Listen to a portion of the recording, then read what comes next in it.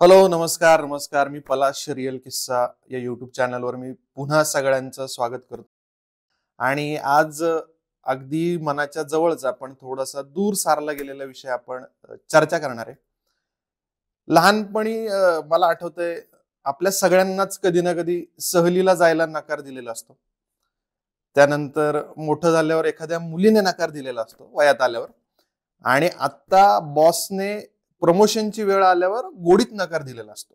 So असं वयाच्या विविध टप्प्यावर वेगवेगळ्या प्रकारचा नकार आपण पचवत आलोय की नाही माहित नाही, पण तो नकार आपल्याला मिळालाय. सो हा नकार मिळाल्यानंतर काहीतरी वेगळंच होतं. म्हणजे काय करायचं आपल्याला कळत नाही. प्रेमात काय करायचं कळतं, विरहात ग्लोरिफिकेशन कसं करायचं हे आपल्याला कळतं, पण नकार रिजेक्शन आल्यावरती काय करायचं हे कळत नाही. आणि कदाचित राग येतो, चिडचिड होते, रडू येतं, काही होतं, म्हणजे कळत नाही काय. तर याच विषयावरती बोलायला आज आपल्यासोबत श्रद्धा देव आहेत. त्या स्नेह फाउंडेशनच्या CEO आहेत आणि अशाच प्रकारच्या गोष्टींवरती, मेंटल हेल्थवरती त्या खूप वर्षांपासून काम करतायत. तर श्रद्धा, तुमचं आमच्या रिअल किस्सा या युट्यूब चॅनलवर खूप खूप स्वागत. थँक्यू. तर पुन्हा तोच मुद्दा आहे की वयाच्या वेगवेगळ्या टप्प्यावरती वेगवेगळ्या पद्धतीचा नकार आपल्याला मिळत आलाय, सगळ्यांनाच मिळत आलाय. बरोबर. आणि त्या जोडीलाच मी सकाळी विचार करत होतो की प्रेमावरती कविता आहेत, विरहावरती शेरो शायरी, कविता सगळं मिळतं, पण नकार, रिजेक्शन सापडत नाही. असं लगेच सापडत नाही. विरहावरती नक्की सापडतं आणि खूप ग्लोरिफाय पण होतं. म्हणजे कधी कधी विरहावरची शायरी ऐकल्यानंतर, वाचल्यानंतर असं होतं की मी प्रेमात पडावं, माझा विरह, माझ्या वाट्याला विरह यावा आणि मग मी हे घडावं आणि मग मी त्याचा अनुभव, असं सगळं होतं. पण नकार मिळाल्यानंतर काय करावं हेच कळत नाही. कोणाच्या डोळ्यातनं पाणी येईल, कोणाच्या तरी चिडचिड होईल, राग, काय कळत नाही नक्की काय प्रकार आहे हा नकार. राईट. तू जसं म्हणालास तसं एकतर पहिल्यांदा आपण नकार हा आपला शत्रू आहे हे कुठेतरी विसरायला पाहिजे. नकार is a part and parcel of our life. Rejection हे होणारच आहे हे आपण गृहीत धरूनच चालायचं. जसं इट्स अ सायकल. जसं आपल्याला होकार मिळतो, जसं आपल्याला ॲक्सेप्ट केलं जातं बऱ्याच गोष्टींमध्ये, तसाच कधीतरी नकारही येतो. सो इट्स अ म्हणजे ते सुखानंतर दुःख जसं आपण म्हणतो तशातलाच भाग आहे. त्यामुळे त्याला जेव्हा आपण एक कटुता जी त्याच्यामध्ये आहे नकारामध्ये, ती कुठेतरी आपल्याला कमी करणं गरजेचं आहे. तर मग आपण पुढची स्टेप घेऊ शकतो, तो म्हणजे नकार कसा पचवायचा. तर नकार हे इट्स नथिंग बट कुठल्या ना कुठल्या फॉर्ममध्ये आपल्याला मिळणारं रिजेक्शन किंवा कुठल्या ना कुठल्या फॉर्ममध्ये आपल्याला आपले लिमिट्स जाणून देण्याचं एक सिच्युएशन असं आपण म्हणू शकतो. की आता तू म्हणलास तसं की एखाद्या रिलेशनशिपमध्ये आपल्याला नाही म्हणलं जातं किंवा तू प्रपोज केलंय, मुलगी नाही म्हणाली, इट्स अ रिजेक्शन. आणि कुठेतरी ते तुझं लिमिटेशन असू शकतं किंवा त्या मुलीच्या इमोशन्स असू शकतात की तिला नाही आवडलं असतो. You can't force that person. तर बऱ्याचदा नकार हा दुसऱ्याच्या हातात असतो किंवा तो त्या सिच्युएशनचा एक कॉन्सिक्वेन्स असतो आणि काही वेळेला तो आपल्याही हातात असतो. सो आपल्याला हे अनालाइज करणं गरजेचं आहे की जे रिजेक्शन आत्ता तुमच्या आयुष्यात आलेलं आहे ते कशामुळे आलेलं आहे किंवा ते आपल्या हातात खरंच होतं का ते कुठल्या तरी वेगळ्याच आउटसाईड फोर्सच्या हातात होतं. म्हणजे whether it is a person or a situation किंवा ओव्हरऑल त्या ह्याच्या सराउंडिंगमध्ये तुमच्या काय झालेलं आहे त्याच्या हातात होतं. पण हे असं इतकं रॅशनली विचार करणं होत नाही त्या मोमेंटला. बरोबर. आणि मग दुष्परिणाम होतात. म्हणजे करेक्ट. काही बोलून जातो माणूस किंवा काही कृत्य करतो, काही होतं. करेक्ट. सो आपण थोडंसं मागे जाऊन हे बघूयात की नकार आपल्या आयुष्यामध्ये कुठल्या कुठल्या टप्प्यांवरती कशा प्रकारे येतो. अगदी न्यूबॉर्न बेबी पासून ते एखाद्या म्हाताऱ्या व्यक्तीपर्यंत नकार सगळ्यांच्या आयुष्यात येतो. तर जेव्हा एखाद्या छोट्या मुलाला आपण म्हणतो की मेथीची भाजी तुला खायलाच लागणार आहे किंवा आज तुला बटाट्याची भाजी नाही मिळणार आहे, तर त्या छोट्या बाळाला ऑब्व्हियसली तो खूप इगोसेंट्रिक असतो. त्याचं जग हे फक्त त्याच्यापुरतं असतं आणि त्याच्या पेरेंट्सपुरतं असतं. सो जेव्हा आपण हळूहळू ग्रो व्हायला लागतो, जेव्हा कलेक्टिव्हली जगायला लागतो, तेव्हा आपल्याला कुठे ना कुठे ही सवय लागते की अरे ठीक आहे, आपल्याला नकार पण येऊ शकतो. प्रत्येकच वेळेला आपले आईवडील जसं आपले लाड करतात तसे बाकीचे व्यक्ती करणार नाही. सो लहान वयामध्ये नकार कसा येतो, तर आपल्या आवडीची भाजी मिळत नाही किंवा आपल्याला बर्गर हवाय पण आपल्याला आज आलूचा पराठा खावा लागतोय. तर या छोट्या छोट्या गोष्टींपासून ते टीचर्स कुठल्या तरी एका मुलाचंच फक्त पार्शालिटी करतात असं आपल्याला वाटतं, किंवा आपल्याला एखादी गोष्ट नाही मिळाली, चॉकलेट नाही मिळालं, इथपासनं ते थोडंसं मोठं झाल्यावरती स्कूलमध्ये जेव्हा आपण 5वी-6वीत असतो तेव्हा एक्झाममध्ये मिळणारं अपयश, किंवा एखाद्या कॉम्पिटेटिव्ह एक्झाम, जसं आपण स्कूलमध्ये असताना ते हिंदी, राष्ट्रभाषा वगैरे परीक्षा असायच्या, एलिमेंटरी स्कूलच्या वगैरे एक्झाम्स असायच्या, त्याच्यामध्ये मिळणारं अपयश, किंवा साधं आईवडिलांनी 500 रुपयाचे फटाके नाही आणायचे, 100 रुपयाचे फटाके आणायचे, अशा छोट्या छोट्या गोष्टींपासून नकार चालू होतो. आणि ऑब्व्हियसली मग रिलेशनशिप्स येतात, किंवा जॉब्स येतात, competitive exams after 10th 12th ह्या येतात, काहींना आर्मीमध्ये रिजेक्शन मिळतं, काहींना मेडिकल कॉलेजेसमध्ये ॲडमिशन नाही मिळत, किंवा हव्या त्या कॉलेजमध्ये ॲडमिशन नाही मिळत. तर अशा अनेक प्रकारचे नकार ऑब्व्हियसली आपल्या सगळ्यांच्याच आयुष्यात येतात. पण तो पचवायला त्रास कधी होतो, जेव्हा एकतर आपण हे गृहीत धरतो की फक्त आपल्याच आयुष्यात नकार येतोय, की दुसऱ्याचं आयुष्य, आता सोशल मीडियामुळे तर अजूनच झालंय की अरे बाकीच्यांची लाईफ खूप छान चालते, त्यांना एवढे फॉलोअर्स आहेत, मला इतकेच फॉलोअर्स आहेत, किंवा म्हणजे ओव्हरऑल सोशल मीडियाचं सगळ्यांनाच आपल्याला माहिती आहे की it's a virtual world. So हे पहिली गोष्ट तर हे की दुसऱ्यांच्या आयुष्यात नकार येत नाहीत, आपल्याच आयुष्यात येत आहेत.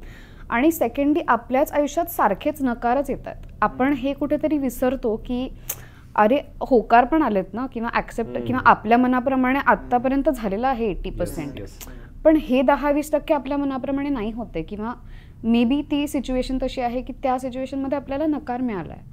सो अगेन आपण ग्रॅटिट्यूड नाही ठेवत त्या गोष्टीचा, ज्या गोष्टी आपल्याकडे आहेत. सो हे कुठेतरी विसरून जातो आणि मग आपण त्या गोष्टीकडे फोकस करतो. त्याला एक मिसिंग टाईल नावाची कॉन्सेप्ट आहे, की आपल्याला एखादं एक मोठं वॉल आहे, त्याच्यामध्ये एकच टाईल मिसिंग आहे, तर आपण फक्त त्याच्याचकडे लक्ष जातं आपलं रादर. तर इट्स लाईक दॅट. त्यामुळे नकार ही एक निगेटिव्ह भावना, म्हणजे निगेटिव्ह गोष्ट आहे, किंवा ते एक नकारात्मक हे आहे, किंवा तो आपला शत्रू आहे, हे कुठेतरी आपण ते थोडंसं भावना कमी करणं हे गरजेचं आहे. आणि मग आपण कुठेतरी ते स्किल डेव्हलप करू शकतो की नकार कसा पचवायचा. जसं म्हणजे हे पण एक महत्त्वाचं आहे की ते स्किल आहे, नाही म्हणता येणं आणि नाही पचवता येणं. सो हे दोन्ही पण मी म्हणू शकते की लाईफ स्किल आहे. आणि आपल्या स्कूलमध्ये ॲटलिस्ट आपल्या जनरेशनपर्यंत तरी अकॅडमिक ओरिएंटेड सगळं करिक्युलम होतं. सो मला असं वाटतं की पेरेंटिंग आणि स्कूल हे दोन्ही जर लहानपणापासून मुलांना शिकवायला लागले की नकार कसा पचवायचा, किंवा नकार मुद्दामून आणायचा एखाद्या मुलाच्या आयुष्यात, तरच तो त्याला यूज टू होणार आहे. पेरेंट्सना, एस्पेशली यंग पेरेंट्स जे दोघंही वर्किंग आहेत, किंवा काही वेळेला असं वाटतं की अरे आपण वेळ नाही देऊ शकत आहे म्हणून आपण थोडंसं मटेरियलिस्टिकली कॉम्पन्सेट करूयात आपला वेळ. तर ह्या गोष्टी ऑब्व्हियसली नॅचरली होतात, आणि त्यावेळेस मग त्या मुलाला तो गृहीत धरायला लागतो की अरे आपल्याला सगळंच मिळतं आहे, तर मग एखादी गोष्ट नाही मिळेल तर ते त्याला सहन होत नाही. किंवा कुठेतरी पेरेंट्सचा पण पेशन्स कमी झाला आहे, कमी होऊ शकतो कुठल्याही एजमध्ये, की आता एखादी गोष्ट त्या मुलाला नाही मिळाली तर अकांडतांडव केला जातो त्या मुलाचा, आणि तो सहन करण्याची ताकद आपल्यामध्ये किंवा तो पेशन्स आपल्यामध्ये नाहीये. आणि काहीतरी देऊन काहीतरी हे करून स्क्रीन द्या, बसवा, किंवा आता त्याला बर्गर हवा, ठीक आहे ऑर्डर करा आणि गप्प बस, पण मला माझं आयुष्य जगू दे. कुठेतरी तिथे जे शिक्षण मिळायला पाहिजे नकार पचवायचं ते मिळत नाही, आणि मग ते अक्युमुलेट होत जातं आणि पुढे जाऊन त्रास होतो. करेक्ट. मी एक फार सुंदर स्टोरी वाचली होती. एक आई तिच्या लहान मुलासोबत विमान प्रवासासाठी जाते आणि खिडकीत एक माणूस बसलेला असतो. तर आई रिक्वेस्ट करते की माझ्याबरोबर लहान मुलगा आहे, तुम्ही त्याला खिडकी शेजारी बसून द्याल का. तर तो स्पष्टपणे नकार देतो तो माणूस, आणि सांगतो की त्याला अशी पण सवय लाव की प्रत्येक वेळी आपल्याला जे हवंय ते मिळणार नाहीच. बरोबर. त्यामुळे ती सवय लागू दे की आपल्याला नाही एखाद्या वेळेस विंडो सीट मिळू शकत, एखाद्या वेळेस आपल्याला जी गोष्ट हवी ती नाही मिळू शकत, तर ती सवय लागणं गरजेचं आहे. बरोबर. आणि त्या मुलांना हेही समजावणं गरजेचं आहे की नकार पचवल्यानंतर तुम्ही ग्रो होणार आहात, तुमच्यामध्ये काही कमी होणार नाही, किंवा तुमच्या आयुष्यामध्ये काही चुकणार नाही आहे. त्याच्याशी तुम्ही कसं डील करताय, किंवा तो ॲक्सेप्ट करून कसं पुढे जाताय, याच्यामधून तुम्ही स्वतःच ॲज अ पर्सन ग्रो होणार आहात. सो ते पण एक कुठेतरी, जसं मी म्हटलं की तो शत्रू नाही आहे, तो आपल्याला काहीतरी शिकवून जाणार आहे. तर हे कुठेतरी आपल्याला मुलांनाही समजावायचा प्रयत्न करायला लागणार आहे. रिजेक्शन मला हे इज इक्वल टू ट्रूथ वाटतं किंवा रिॲलिटी वाटतं. जेवढं लवकर तुमच्या समोर रिजेक्शन येईल तेवढं लवकर तुम्हाला सत्य परिस्थिती काय याची जाणीव होईल, आणि तुम्ही त्यातून मग ग्रो करू शकता. बरोबर, एक्झॅक्टली. आणि आता वयात आल्यानंतर हे झालं लहानपणीचं, पण वयात आल्यानंतरचे रिजेक्शनचे प्रकार आपण बोललो, त्यानंतर प्रोफेशनल लाईफ मधले वेगवेगळे रिजेक्शन्स असतात. Correct. But I am not mentally prepare for that लहानपणापासून.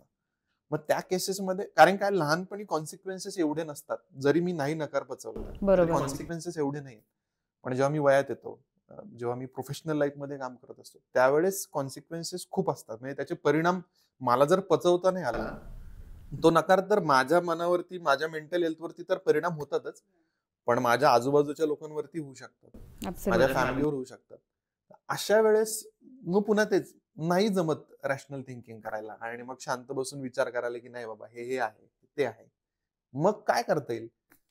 सो एकतर ह्याचे डेफिनेटली दुष्परिणाम आहेत की जर तुम्हाला नकार व्यवस्थित डील नाही करता आला तर आपलं सेल्फ एस्टीमला कुठेतरी हानी पोचू शकते, आपला कॉन्फिडन्स लो होऊ शकतो. एखादी व्यक्ती खूप सिरियस कॉन्सिक्वेन्स जसं की सुसाईड अटेम्प्ट करणं असेल किंवा डेथ बाय सुसाईड असेल, इथपर्यंतही जाऊ शकतो एखाद्या नकारामुळे. सो हे सिरियस कॉन्सिक्वेन्सेस होऊ नयेत म्हणून वेळीच तुम्हाला हे लक्षात आलं पाहिजे की मला नाही येते पचवता नकार. म्हणजे तुम्हाला एक्सपिरियन्स येतो की ऍक्सेप्टन्सच्या आधी सुद्धा की ऍक्सेप्टन्स कुठल्या गोष्टीचा की मला नकार पचवता येत नाही, हे रिअलायझेशन व्हायला पाहिजे की म्हणजे ते ट्रिगर असू शकतो तुमच्या आयुष्यातला की हे या 2-3 गोष्टी झाल्या किंवा अशा प्रकारचे जेव्हा मला नकार येत आहेत ऑफिसमध्ये म्हणा किंवा इवन इन रिलेशनशिप्स, तर मला कुठेतरी माझ्या मेंटल हेल्थवरती त्याचा परिणाम होतोय. हे रिअलायझेशन जेव्हा तुम्हाला होईल तेव्हा तुम्ही त्याच्यावरती काम करू शकता. आणि तशी वेळ न यावी ह्याच्यासाठी काही आपण स्टेप्स घेतल्या पाहिजेत. ते म्हणजे तू म्हणलास असं ॲक्सेप्टन्स आणि एक्नॉलेजमेंट. बऱ्याचदा एकतर आपण स्वतःच एक्नॉलेज करत नाही की आपल्याला नकार आला आहे आणि आपल्याला ती पचवायची आता ताकद आणायला पाहिजे कुठून तरी. प्लस आता काही उदाहरणं आहेत की आता एक्झाममध्ये फेल होणं किंवा एखादं कॉलेज न मिळणं, रिलेशनशिपमध्ये नकार येणं किंवा थोडंसं सिरियस म्हणजे थोडंसं जे साधारण 30-35च्या वयाचे आहेत, बाळ कन्सीव्ह न होणं किंवा मिसकॅरेज होणं, हे सुद्धा एक प्रकारचे नकार आहेत, खूप मोठे रिजेक्शन्स आहेत. काही बायकांचं इन्फंट वारतं म्हणजे काही कारणाने 5 दिवसांनी 7 दिवसांनी असं, तर हे खूप मोठ्या प्रकारचे नकार आहेत. आणि त्या केसेसमध्ये तुम्हाला बऱ्याचदा सोसायटीकडनं किंवा आपल्या इवन इमिजिएट फॅमिलीकडनं असं थोडासा ॲटिट्यूड असतो की अरे चला हे झालंय ठीक आहे तर पुढे चला. असं नाही, तुम्ही त्या सिच्युएशनला एक्नॉलेज तर करा आधी की हे झालंय. जी व्यक्ती ह्या सगळ्यातून जात असते तिला त्याच्याबद्दल बोलायचं असतं. पण आपण ॲज फ्रेंड्स ऑल्सो किंवा इवन आपले पेरेंट्सचं काय म्हणणं असतं की जाऊ दे झालं गेलं विसरून जा. असं नाही, ती व्यक्ती एवढ्या मोठ्या ट्रॉमामधून गेलेली आहे. You can't just forget about it. किंवा एक असं तुम्ही म्हणालात की आता 1 महिना झाला आता पुढे, असं नाही होत. ती व्यक्ती त्या शॉकमधून गेलेली आहे आत्ता, त्या ट्रॉमामधून आत्ता गेलेली आहे. इवन म्हणजे ॲज सिरियस ॲज रेप. तर तुम्ही असं नाही म्हणू शकत त्या व्यक्तीला की आता ते त्या गोष्टीला झाला 1.5 महिना 6 महिने झाले आता तू विसर. त्या ट्रॉमाच्या सकट त्या व्यक्तीला आयुष्य जगायचं आहे. It is very difficult. तर तुम्ही त्याला असं एकतर म्हणायला नाही पाहिजे. त्यामुळे it is not just individual skill. तुमच्या जे फ्रेंड्स आणि फॅमिली आहे ज्याच्यावरती तुम्ही ट्रस्ट दाखवता त्यांनी सुद्धा तेवढं सपोर्टिव्ह असणं गरजेचं आहे की तुम्ही ते एक्नॉलेज करा, तुम्ही त्या व्यक्तीबद्दल बोलायचा प्रयत्न तर करा. की म्हणजे बऱ्याचदा असं होतं की एखादा व्यक्तीचं ब्रेकअप झालं, त्याचे फ्रेंड्स भेटतात, दारू प्या विसरा, असं होतं बऱ्याचदा. आणि म्हणजे गम का साथी राम असं म्हणून आपण पुढे जातो. पण त्या व्यक्तीला ते फ्रेंड्स ते विचारत नाहीत की काहीच विचारत नाहीत किंवा त्या व्यक्तीला त्याबद्दल खूप भरभरून बोलायचं असतं की मला हे वाटलं, तिने असं का केलं किंवा त्यांनी असं का केलं किंवा त्यांनी मला घोस्ट केलं, त्यांनी मला असंच एक दिवस ब्लॉक केलं. तर ह्या गोष्टीबद्दल त्या व्यक्तीला बोलायचं असतं. पण आपल्याकडे आता लिसनिंगचं प्रमाण इतकं कमी झालेलं आहे की कोणालाच ऐकायचं नाहीये. एकतर जो व्यक्ती बोलत आहे त्याचं काहीतरी एक्झाम्पल सांगून त्या व्यक्तीला म्यूट करून टाकतो, नाहीतर मग चल ना जाऊ देत ना विसरून जा असं करून मग ते पुढे ढकललं जातं.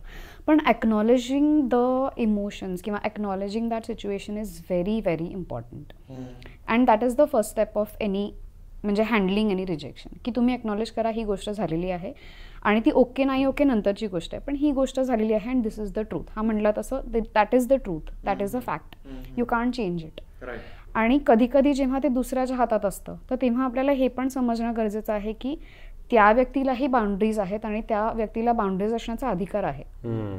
की ती व्यक्ती तुम्हाला नाही म्हणाली आहे किंवा तुमचा बॉस तुम्हाला नाही म्हणाला आहे की प्रमोशन नाही मिळणार किंवा अप्रेझल आपला कमी झालेला आहे, ते त्या व्यक्तीच्या हातात आहे की त्यांनी तुमचा परफॉर्मन्स कसा जज केलेला आहे. हां, ही वेगळी गोष्ट आहे की एखाद्या गोष्टीबद्दल आपल्याला फाईट करून ती गोष्ट आपल्याला मिळणार असेल तर definitely you should fight for it. पण जी गोष्ट आपल्या हातात नाही आहे काहीही केल्या त्याच्याविषयी आपण म्हणजे खूप ओव्हर थिंकिंग न करता accept acknowledge to a point की तुम्ही म्हणजे आता बास झाला, आता मला नाही करायचं ह्याच्याविषयी विचार, इथपर्यंत तुम्ही त्याबद्दल विचार करणं बोलणं गरजेचं आहे, वेंट आउट होणं गरजेचं आहे. आणि त्याच्यानंतर मग तुम्ही जी प्रोसेस आहे पुढे जाण्याची किंवा मूव्ह ऑन होण्याची ती आपोआपच म्हणजे सुरळीत होते किंवा सिम्पल होते थोडीशी. फिजिकल पेन जे असतं आपलं त्याच्या कम्पॅरिझनमध्ये रिजेक्शन आपण जेव्हा फेस करत असतो तर असं काही पेन जाणवतं आपल्याला किंवा त्याच्या कम्पॅरिझनमध्ये कसं असतं ते?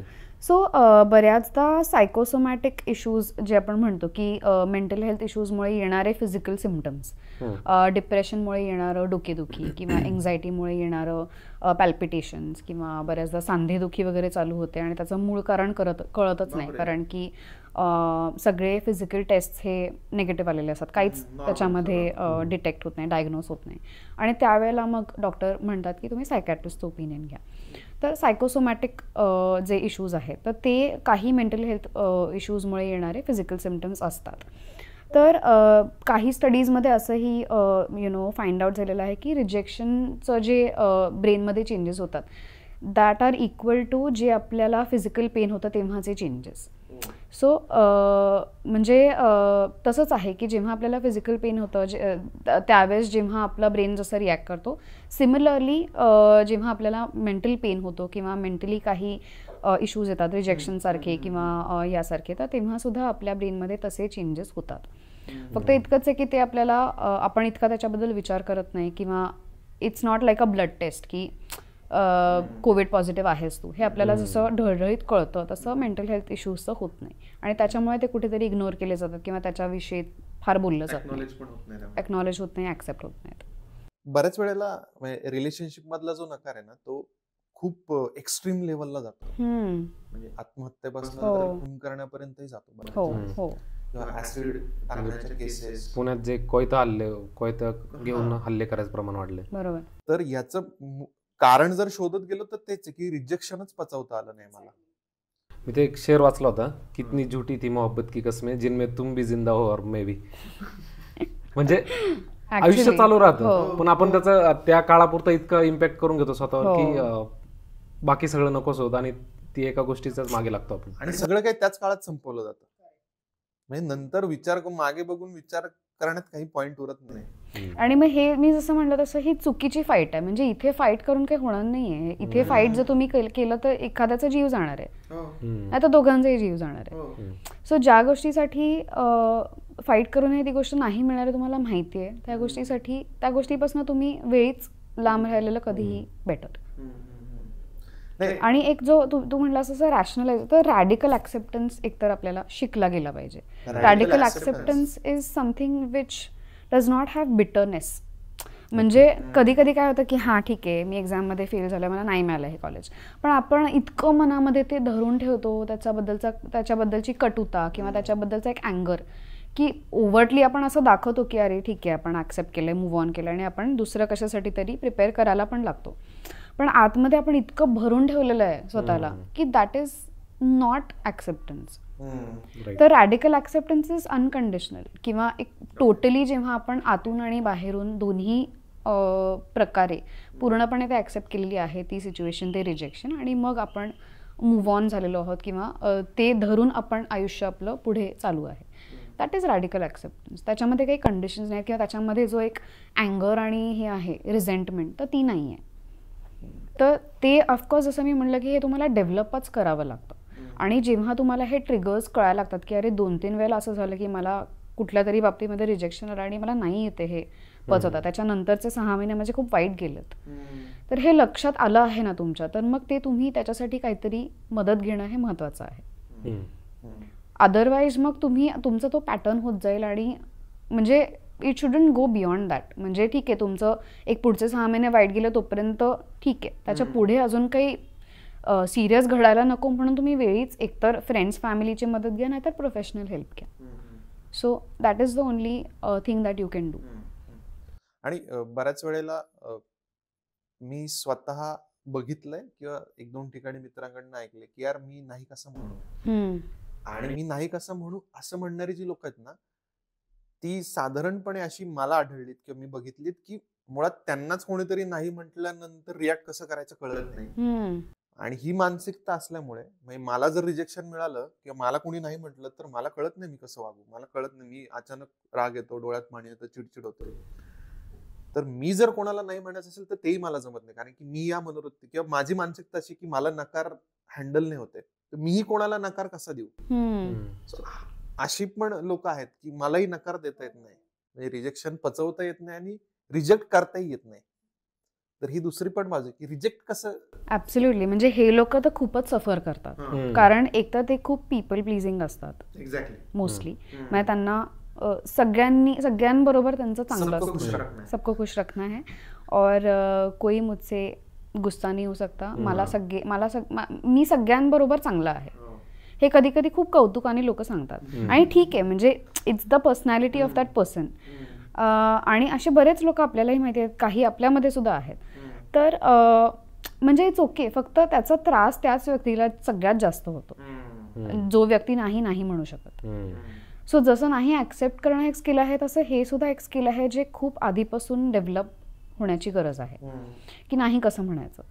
आणि त्याच्यामध्ये सगळ्यात महत्त्वाचं, मग त्याच्यामध्ये काही टेक्निक्स नाही आहेत. तर तुम्हाला नाही वाटत तर तुम्ही स्ट्रेट फॉरवर्ड नाही म्हणायचं आहे. त्यामध्ये काय म्हणजे असं पोलाइटली नाही म्हणणं हे ठीक आहे, पोलाइटली आणि फर्मलीच ऑफकोर्स आपण नाही म्हणायला पाहिजे, पण त्याच्यामध्ये आडेवेडे घेऊन नाही म्हणणं, एक्सक्युजेस देणं, हां, मग त्याच्यामध्येच तुम्ही फसत जाता त्या सायकलमध्ये, की ह्याला काय वाटेल, ओके मग मी असं म्हणतो, मग मी काहीतरी एक्सक्यूज देतो. म्हणजे एखाद्या पार्टीला आपल्याला नाही जायचं, माझं मन नाही जायचं, सो मी नाही म्हणू शकतो ना, म्हणजे इट्स माय विश की मला तिथे नाही जायचं आता. पण आपण सांगताना काय सांगतो, अरे नाही गेस्ट आलेत किंवा आज काय वेगळंच काहीतरी एक्सक्यूज देतो आणि नाही सांगतो. पण why not straight away no. हो, मला नाही, म्हणजे ह्या ज्या बाउंड्रीज आहेत ना, तर त्या कुठेतरी क्रिएट आपण करतच नाही. ते समजून घेतलं पाहिजे की आपल्याला अधिकार आहे नाही म्हणण्याचा, आपल्यालाही आहे आणि दुसऱ्या व्यक्तीलाही आहे. म्हणजे हे कधी कधी पेरेंट्स आणि मुलांमध्ये पण होतं की बाउंड्रीजच नसतात कधी कधी. सो ते पेरेंट नॅक करत असते आणि मुलगी नाही म्हणत असते आणि मग त्यांची भांडणं होतात. सो या गोष्टी खूप आधीपासून व्हायला पाहिजेत की पर्सनल एक तुमची स्पेस, तुमच्या बाउंड्रीज, आणि तुम्ही नाही म्हणता, तुम्हाला नाही म्हणण्याचा अधिकार आहे, दुसऱ्यालाही नाही म्हणण्याचा अधिकार तेवढाच आहे. सो ते एक खूप महत्त्वाचं आहे. तुम्ही ते स्ट्रेट फॉरवर्डच नाही म्हणायला पाहिजे, त्याच्यामध्ये आडेवेडे घेऊन म्हणलं तर देयर इज नो पॉइंट. आता हे ऐकत असताना पुन्हा तेच जाणवलं की हा परत अपब्रिंगिंगचाच भाग आहे. आपल्या कंडिशनिंग कसं होतंय किंवा पॅरेंटिंग आपल्यावरती कसं झालंय, आपला सर्कल कसा आहे, peer group is also very important. म्हणजे तुम्ही ज्या फ्रेंड सर्कलमध्ये असतात त्या 10वी पर्यंत वगैरे ठीक आहे, पेरेंटिंग आणि हे सगळं 10वी पण नाही, त्याच्या आधी 5वी 6वी पर्यंत आपण पेरेंट्सच्या खूप ह्याच्यात असतो, प्रोटेक्शनमध्ये असतो. But when we start having friends किंवा जेव्हा आपण काम करायला लागतो, आपलं सर्कल ऑब्व्हियसली सोशल सर्कल वाढत जातं आणि त्याचा प्रचंड मोठा परिणाम ऑब्व्हियसली आपल्यावरती होत असतो. सो आपले मित्र कसे हे एखादी गोष्ट हँडल करतात, आपली मैत्रीण कशी एखादी गोष्ट नाही म्हणते प्रॉपरली, किंवा आपला कलिग नेहमी त्याला एकदम म्हणजे तो कितीही वेळेला नाही म्हटला तरी बॉस त्याला काहीच करत नाहीये, यार मला याच्यासारखं नाही म्हणता आलं पाहिजे असं बऱ्याच वेळा, आणि मग माझ्याच गळ्यात कामं मारली जातात वगैरे. हे खूप लोक कंप्लेन करतात की मी कामं करतो म्हणून माझ्याच गळ्यामध्ये कामं टाकली जातात. तर हे ऑब्व्हियस आहे, तर जे काम करणार त्याच्याच बॉस त्याच्याच गळ्यात कामं बांधणार आहे. जो नाही म्हणून सटकलाय तो त्याच्या वर्किंग आवर्समध्ये त्याची कामं करून गेलेला आहे निघून. तो त्या व्यक्तीची चूक नाहीये, त्याला फर्मली नाही म्हणता आलंय, त्यांनी बॉसला नाही म्हणले की आज मला नाही जमणार आहे, 5च्या नंतर थांबणं, आणि तो गेला. बॉस काय करणार आहे? म्हणजे एक्स्ट्रीम केसेसमध्ये ऑफकोर्स कॉन्सिक्वेन्सेस होऊ शकतात किंवा अप्रेझल्समध्ये वगैरे याचे परिणाम दिसू शकतात, पण मग ते त्या व्यक्तीला माहिती असतं की अरे हां मी हे केलं होतं म्हणून मला मे बी अप्रेझलमध्ये कमी रेटिंग मिळालं किंवा जे काही वॉट एव्हर. सो पण त्यावेळी तो खुश होता ना तो गेला होता 5 वाजता, तुम्ही 10 वाजेपर्यंत बसला होता. So this is how it is. म्हणजे ही अवघड गोष्ट आहे, पण इफ यू डेव्हलप इट म्हणजे ग्रॅज्युअली, तर ते डेफिनेटली इझी होऊ शकतं. आणि another thing is being grateful to the good part in your life. ते पण आपण बऱ्याच वेळेला कमी होतं आपलं, की आपण नकाराकडे, जसं मिसिंग टाईल आहे तसं आपण नकाराकडे खूप लक्ष देतो, किंवा सारखं असं वाटतं की आपल्याच आयुष्यात नकार येतात आणि त्याच्याचकडे आपण फोकस्ड असतो, की एखादा जरी नकार आला तरी अरे माझी लाईफ इज हेल, तसं. सो कुठेतरी आपण ग्रॅटिट्यूडची प्रॅक्टिस ठेवायला पाहिजे, की every day you should be thankful की तुमच्याकडे ह्या 5 गोष्टी आहेत. म्हणजे हां, म्हणजे अशा 4-5 गोष्टी किंवा 4-5 व्यक्ती तुमच्या आयुष्यामध्ये ज्या आधीपासून आहेत, आत्ताही आहेत आणि पुढेही राहणार आहेत. म्हणजे जी मे बी ती व्यक्ती नसेल कदाचित, पण त्या व्यक्तीने जे तुम्हाला दिले ते तरी तुमच्याकडे कायम राहणार आहे.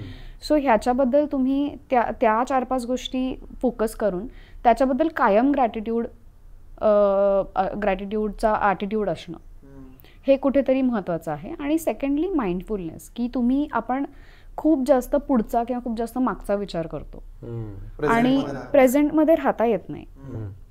सो माइंडफुलनेस सुद्धा त्याच्या काही टेक्निक्स आहेत ज्या शिकता येऊ शकतात, आणि त्यामुळे मग आपण थोडंसं प्रेझेंट मोमेंटकडे येऊन आपण आत्ता जे करत आहोत त्याकडे फोकस करून आत्ता जी मोमेंट आहे ती एन्जॉय करून पुढे जाऊ शकतो. अदरवाईज मग अरे मग मला मागे नकार आला होता, मग आता पुढे पण असंच होईल का, ह्या भीतीमध्ये, ह्या चिंतेमध्ये कायम म्हणजे पुढचं किंवा मागचाच विचार करणं. म्हणजे बऱ्याचदा असं होतं की जेव्हा नकार येतो ना, की मी आता कोणालाच नको झालोय, मला कोणालाच मी नको हवाय, आणि त्याच वेळी आजूबाजूला अशी अनेक माणसं असतात, गोष्टी असतात ज्यांना आपण हवे असतो, पण आपलं त्याच्याकडे आपल्याला ते नको असतात, आपलं त्याकडे लक्ष जात नाही. आपण फक्त जे नाहीये त्याकडे फार लक्ष देऊन बसतो. मिसिंग टाईलचं जे उदाहरण.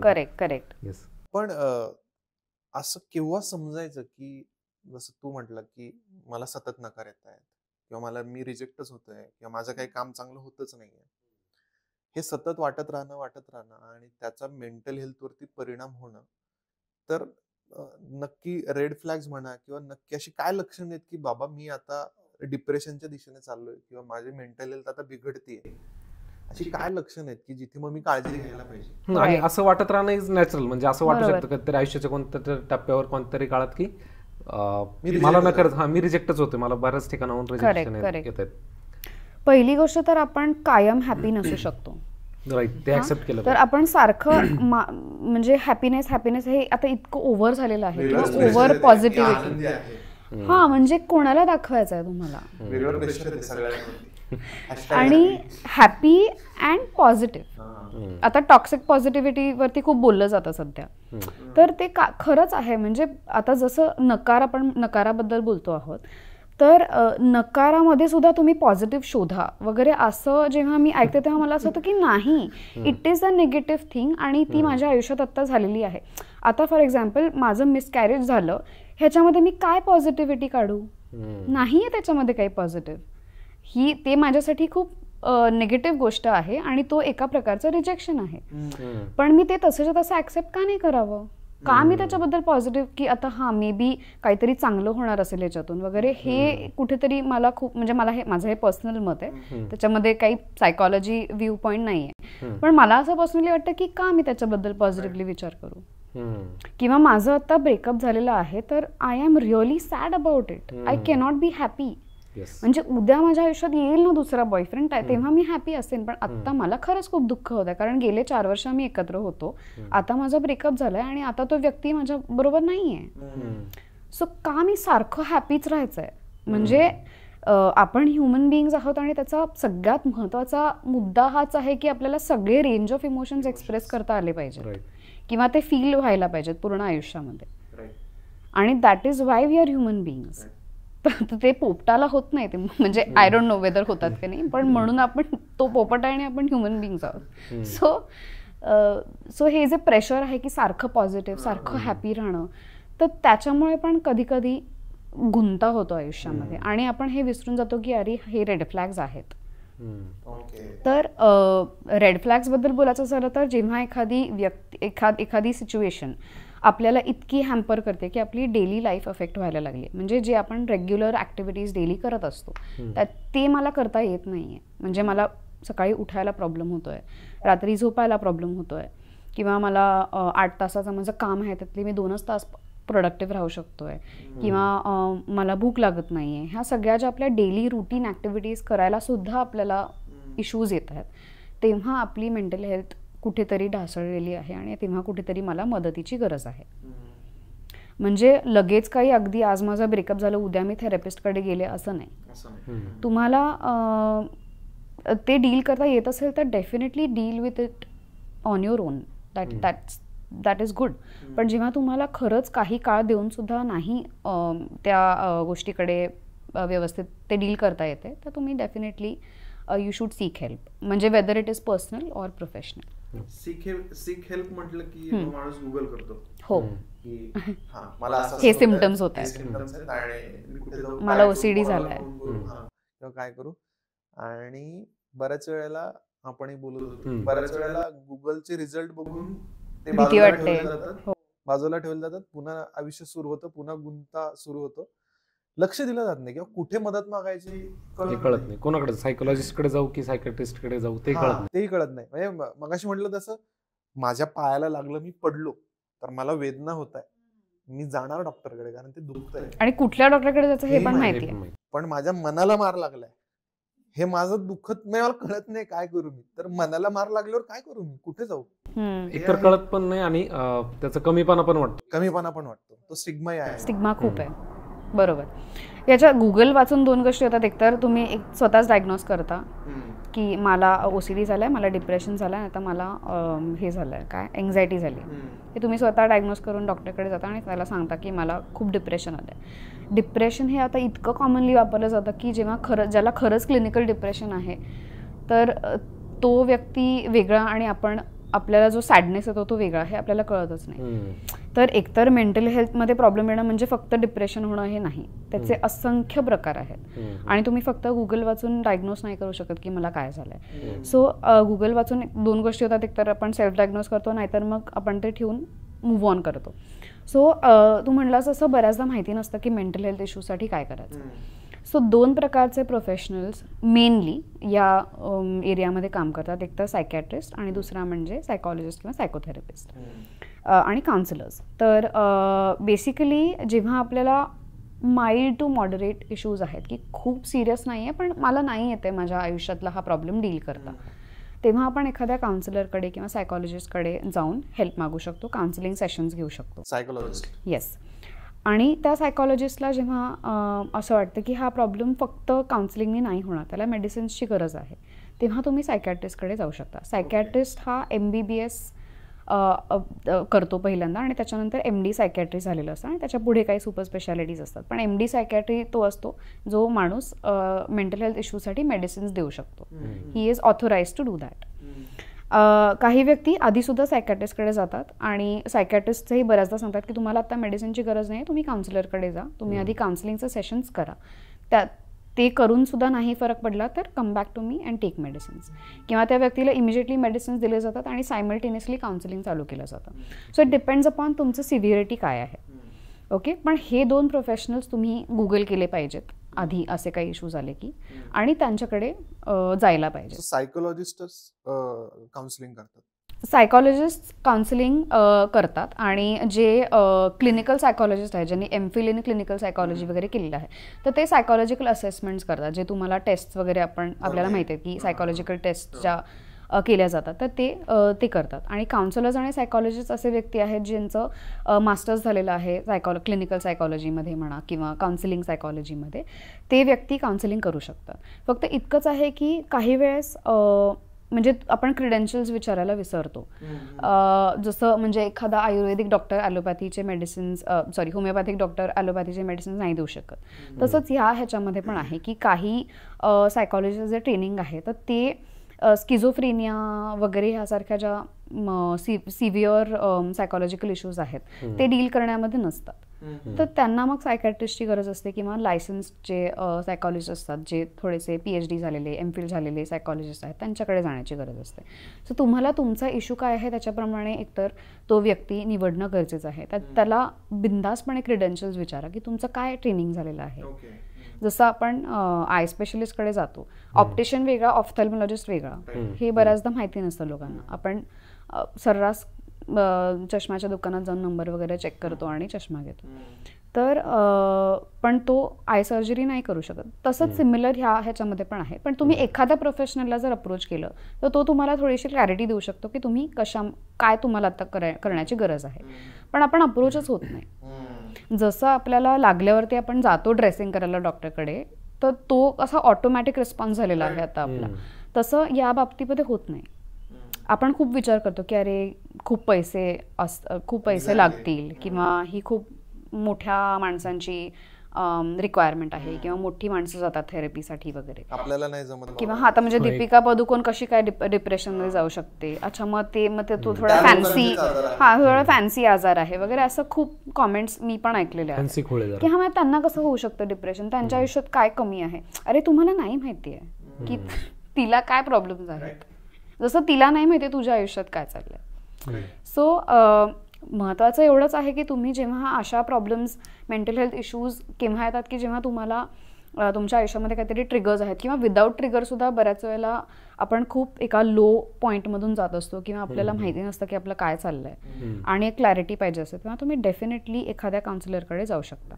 आणि काउन्सिलर इज अप्रोचेबल फॉर म्हणजे एनी इश्यू. तुम्ही उद्या असं जरी म्हणालात की मला ना उगाचच चिडचिड होते, मला माहिती नाही का, तुम्ही at least meet a counsellor and get that clarity. तुम्ही वेंट आउट करतानाच तुम्हाला बऱ्याचदा प्रॉब्लेम्स स्वतःच जाणवायला लागतात की अरे मे बी ह्याच्यामुळे मला होत आहे. सो तुम्ही एकदा अप्रोच करून तर बघा. बऱ्याचदा काय होतं की स्टिग्मा एवढा आहे, अवेअरनेस कमी आहे आणि त्याच्यामुळे आपण कुठे अप्रोच करायचं माहिती नाही, ह्या गोष्टी होत राहतात. याची साधारण कॉस्टिंगचा विषय निघाला म्हणून की जर मला काउन्सिलिंगला जायचं असेल तर साधारण काय रेंज असते? कारण की खूप वेळा असं होतं की यार नाही यार हे खूप महागडं प्रकरण आहे, किंवा ठीक आहे ना करू ऍडजस्ट, किंवा होईल बरं, काय 2 महिन्यात वाटेल बरं, मला आता तात्पुरतं वाटत असेल, असं याच्यात माणूस सोडून देतो ते. पण ऍक्च्युअल रिझन असतं की मी गुगलवरती चेक केलंय, मला समजलंय कुठे जायचंय, पण नाही यार हे जरा महाग प्रकरण दिसतंय. साधारण ती रेंज काय असते? म्हणजे खरंच लोकांना माहितच नाही की. पण आपण हा विचार फक्त ह्याच वेळेला का करतो? मुद्दा तो आहे की आपण पैशांचा विचार काउन्सिलिंगला जातानाच का करतो? सिरियसलीच आपण घेतलं नाहीये की एक्झॅक्टली माझ्या मनाला मार लागलाय म्हणजे किती तो सिरियस इश्यू आहे. एक्झॅक्टली. आता तुमचा दात किडलाय, तो इतका प्रचंड दुखतोय रात्रभर की तुम्हाला नेक्स्ट डे जाणं गरजेचंच आहे. तर सेम केस आहे की तुम्हाला कळतंय की तुम्हाला नाही, तुमची जे डेली काम आहे ती नाही करता येतात बिकॉज ऑफ दिस इश्यू, तर why are we holding back? तर मे बी असं असू शकतो तू म्हणतोस तसं की किती पैसे लागतील माहिती नाही किंवा कोणाकडे जायचं माहिती नाही. तर साधारण रेंज ही 800 ते 1000 रुपये ही एक मिनिमम रेंज आहे. काही जे एका सेशनची, ते 1 तासाचं सेशन असतं, 45 मिनिट्स टू 1 hour. पण again it depends on counsellor to counsellor आणि तुमचा इश्यू काय आहे, तुम्ही कशासाठी काउन्सिलिंग घेताय. बऱ्याचदा मॅरिटल काउन्सिलिंगचे वगैरे सेशन्स थोडेसे जास्ती लांबले जातात कारण दोघांचं एकत्र कधी कधी केलं जातं. फॅमिली काउन्सिलिंग असतं. सो डिपेंड्स ऑन कुठल्या प्रकारचं काउन्सिलिंग आहे, कुठल्या प्रकारची थेरपी आहे किंवा काय तुमचा इश्यू आहे आणि सायकॉलॉजिस्टचा एक्सपिरियन्स किती आहे. जसं कॅन्सर स्पेशलिस्ट, सुपर स्पेशालिटी असलेला एखादा डॉक्टर, त्याची फी जास्ती असते. सिमिलरली जो 25-30 वर्ष ह्याच्यामध्ये आहे त्याची फी ऑब्व्हियसली जास्ती असणार आहे आणि तो तुम्हाला तेवढेच जास्त चांगले इनपुट्स देऊ शकणार आहे कदाचित. सो म्हणजे ते आपल्या डॉक्टरच्याही बाबतीत असतं की तुम्हाला एखाद्याचं गुण येत नाही. So it is like that with counsellor also. पण तुम्ही त्या केसमध्ये काउन्सिलर चेंज करू शकता किंवा दुसरा एखादा काउन्सिलर जो स्लायडिंग स्केल वापरतो. म्हणजे बऱ्याचदा आपण जर सांगितलं की माझं आत्ता एवढं मी अफोर्ड नाही करू शकणार बट मला खरंच हेल्पची गरज आहे, तर बऱ्याचदा काउन्सिलर स्लायडिंग स्केल ठेवतात. म्हणजे जरी त्यांची फी 1000 रुपये असेल तरी ते तुमच्याकडून 700 घेतील, 500 घेतील, जे काही. म्हणजे काही काउन्सिलर्स असे आहेत, सायकॉलॉजिस्ट असे आहेत की जे स्लायडिंग स्केल ठेवतात आणि ते तुम्हाला पहिल्यांदाच सांगतात की आमच्याकडे ही फॅसिलिटी आहे. तुम्हाला जर नाही, तुम्ही स्टुडंट्स आहात तुम्ही किंवा टीनेजर्सना बरेच आता अप्रोच होतात काउन्सिलर्सकडे.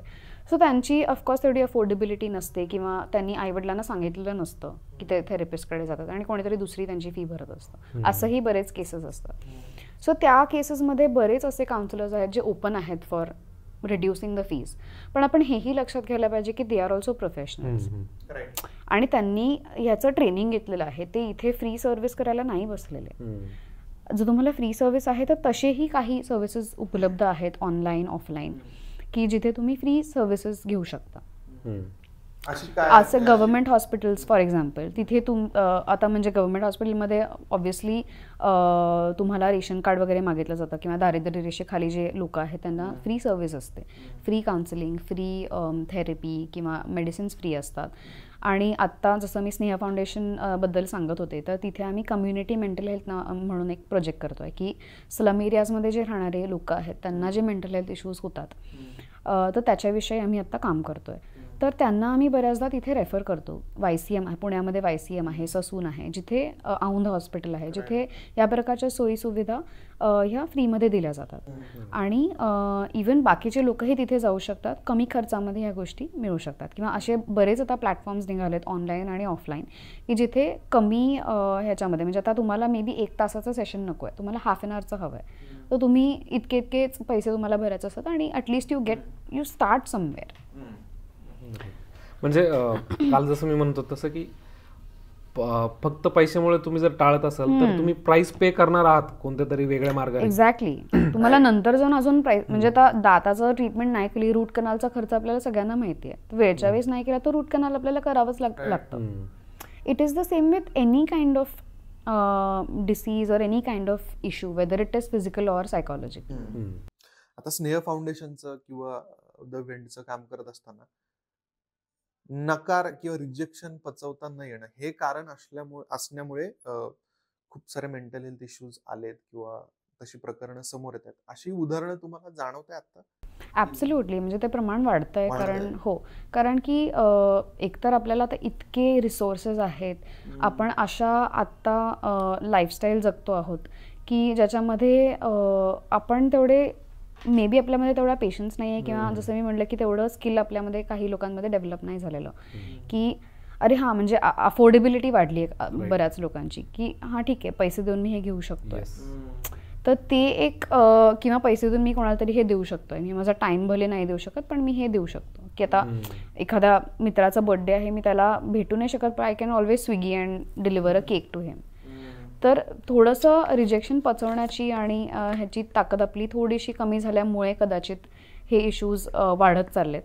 पण अगेन म्हणजे तेच आहे की हा लाईफस्टाईल इश्यू पण असू शकतो की जे एवढ्या वेगामध्ये धावणारं जर जग आहे आत्ता तर त्याच्यामध्ये बऱ्याचदा असं होऊ शकतं की अरे का म्हणजे माझ्याकडे आता सगळं आहे तरी पण मला का रिजेक्शन येतं. इगोचा पण रोल आहे इगो डेफिनेटली म्हणजे इगोचा पण रोल असूच शकतो ह्याच्यामध्ये. म्हणजे मैत्रिणींमधली भांडणं असू शकतात किंवा त्याच्यामधले काही रिलेशनशिपमधले काही म्हणजे हजबंड वाईफच्या रिलेशनशिपमधले काही इश्यूज असू शकतात जे इगोमधून आलेले आहेत.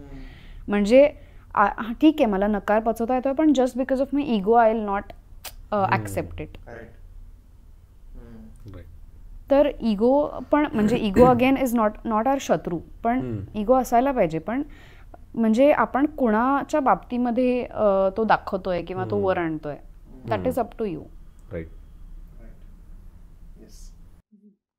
Thank you so much. आणि रिजेक्शनच्या अराउंड बऱ्यापैकी आपण गप्पा मारल्या.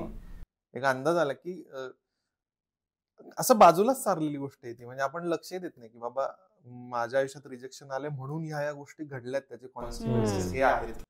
त्या मुळाशी जातच नाही आपण की हे एका रिजेक्शन मुळे माझी त्याच्यावरची प्रतिक्रिया आणि त्यामुळे घडलेलं आहे.